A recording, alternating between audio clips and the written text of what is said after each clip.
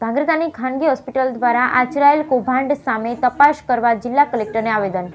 ધાંગધ્રા તાલુકા કુડા ગામે રહેતા ઠાકોર પરિવારના મહિલા 2 મહિના અગાઉ પોતાના જ ઘર નજીક પડી ગયા બાદ સારવાર માટે ખાનગી હોસ્પિટલ ખાતે લાવવામાં આવ્યા। ખાનગી હોસ્પિટલ દ્વારા દર્દીના પરિવારજનો પાસેથી સારવારના નામે રૂપિયા લીધા બાદ રાજ્ય સરકારની વાહન અકસ્માત યોજનામાં દર્દીનું અકસ્માત ખોટી રીતે દર્શાવી લાભ લીધી હોવાની જાણ થતાં સમગ્ર કૌભાંડ બહાર આવ્યું હતું। જોકે પીડિત પરિવારે પોતાની કાયદાકીય અજ્ઞાનતાના લીધે સમગ્ર કાયદાકીય લડાઈ લડવા સામાજિક કાર્યકરને સંમતિ આપી છે।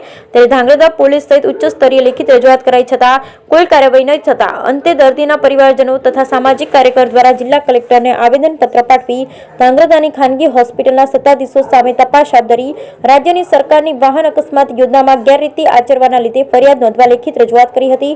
આ સાથે આગામી સમયમાં જો તટસ્થ તપાસ નહીં થાય તો પરિવારજનો દ્વારા આંદોલનની ચીમકી પણ ઉચ્ચારી હતી। Bureau report Hitesh Rajpara, Dhrangadhra. રાજ્યની વાહન અકસ્માત યોજનામાં ધાંગધ્રાની શ્રીજી હોસ્પિટલ દ્વારા દર્દી અને રાજ્ય સરકાર બંને પક્ષે છેતરપિંડીનો જે મામલો છે તે મામલે ફરિયાદ આપીએ 1 મહિનો વીતવા આવ્યો અને હજી સુધી કોઈ ફરિયાદ લેવામાં નથી આવી।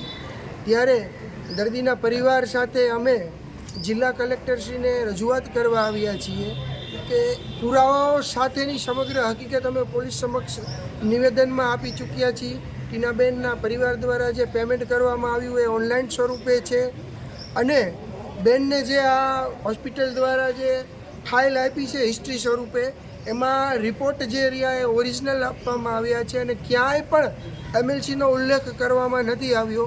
અન્ય દર્દીઓ જેમનો ખરેખર અકસ્માત થયો છે અને તેમની પાસે જે હિસ્ટ્રી ફાઇલ છે એમાં ડિસ્ચાર્જ કાર્ડમાં MLC નંબર બતાવવામાં આવે છે, આમાં બતાવ્યો નથી। મતલબ કે સીધો જ મામલો છે આ છેતરપિંડીનો, જેથી અમે માનનીય કલેક્ટરશ્રીને આ રજૂઆત કરી છે અને સમગ્ર શ્રીજી હોસ્પિટલ દ્વારા જે અન્ય ફાઇલો છે એની પણ તટસ્થપણે તપાસ કરવામાં આવે અને હોસ્પિટલનો કમ્પાઉન્ડર છે જે તુષાર ચાવડા એના માધ્યમથી હોસ્પિટલ જે આ કૌભાંડ આચરે છે તો ઘણા બધા દર્દીઓએ એને રોકડા આપ્યા છે અને ઘણા દર્દીઓએ એને એનેસ્થેશિયાના ગૂગલ પે સ્વરૂપે પૈસા આપેલા છે।